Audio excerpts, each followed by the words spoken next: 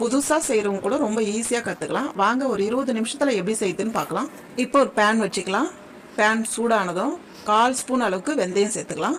1 spoon அளவுக்கு மல்லி சேர்த்துக்கலாம். 1 ஸ்பூன் அளவுக்கு கடலைப்பருப்பு சேர்த்துக்கலாம். 1 ஸ்பூன் அளவுக்கு மிளகு சேர்த்துக்கலாம். 1/2 ஸ்பூன் அளவுக்கு ஜீரகம் சேர்த்துக்கலாம். இதெல்லாம் சேர்த்து ஒரு பொன்னிறமா வர அளவுக்கு நல்லா வறுத்து எடுத்துக்கலாமா.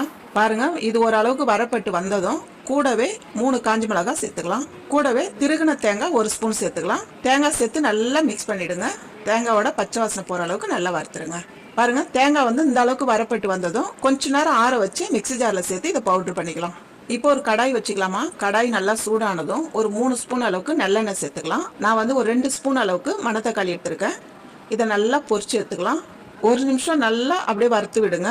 பாருங்க, 1 நிமிஷம் ஆயிடுச்சு, நல்லா பொரிஞ்சிருச்சு. இப்போ ஒரு பிளேட்ல இது எடுத்துடலாம். அதே எண்ணெயில கூடவே ஒரு 3 ஸ்பூன் அளவுக்கு எண்ணெய் சேர்த்துக்கலாம். எண்ணெய் சூடானதும் 1/4 ஸ்பூன் அளவுக்கு வெந்தயம், 1/4 ஸ்பூன் அளவுக்கு கடுகு, கூடவே 1/2 ஸ்பூன் அளவுக்கு ஜீரகம் சேர்த்துக்கலாம். இது 3 சேர்த்து லைட்டா அப்படியே பரட்டி விடுங்க. கடுகு வந்து நல்லா பொரியணும், வெந்தயம் செவந்து வரும். 2 காஞ்ச மிளகாய் கூடவே சேர்த்துக்கலாம். 4 சிட்டிக்கு அளவு பெருங்காயம் சேர்த்துக்கலாம். நான் வந்து 100 கிராம் சின்ன வெங்காயம் எடுத்து 2 கட் பண்ணி வச்சிருக்கேன். இதை சேர்த்துக்கலாம். கூடவே ஒரு 20 பல்லு பூண்டு எடுத்து 2 கட் பண்ணி வச்சிருக்கேன். இதையும் சேர்த்துக்கலாம். தேவையான அளவு கறிவேப்பிலை, இதெல்லாம் சேர்த்து நல்லா வதக்கி விட்டுருங்கம்மா. பாருங்க, வெங்காயம் பூண்டுலாம் எண்ணெயில இந்த அளவுக்கு நல்லா வதங்கி வரும்போது 2 தக்காளி நல்லா அரைச்சி வச்சிருக்கேன். இதை சேர்த்துக்கலாம். தக்காளி பேஸ்ட் சேர்த்து நல்லா வதக்கி விடுங்க. பச்சை வாசனை வராத அளவுக்கு நல்லா வதக்கி விட்டுருங்க.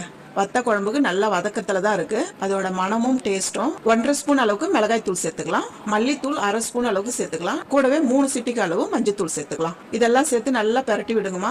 மிளகாய் தூள் வாசனை போற அளவுக்கு பரட்டி விட்டுருங்க. இந்த டைம்ல நான் வந்து இந்த சைஸ் புளி எடுத்து நல்லா தண்ணியா கரைச்சி வச்சிருக்கேன். 1 கப்பு. இதை சேர்த்துக்கலாம். புளி கரைச்சல் வந்து தண்ணியா கரைச்சிக்குங்க. கூடவே தேவையான அளவு உப்பு சேர்த்துக்கலாம். உப்பு புளி கரைச்சல் சேர்த்து நல்லா கிளறி விடுங்க. நல்லா கிளறி விட்டுட்டு ஒரு 5 நிமிஷம் நம்ம வந்து மூடி வைக்கலாம்.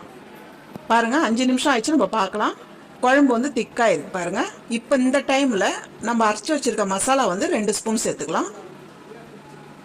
2 ஸ்பூன் மசாலா சேர்த்து நல்லா மிக்ஸ் பண்ணுங்கம்மா.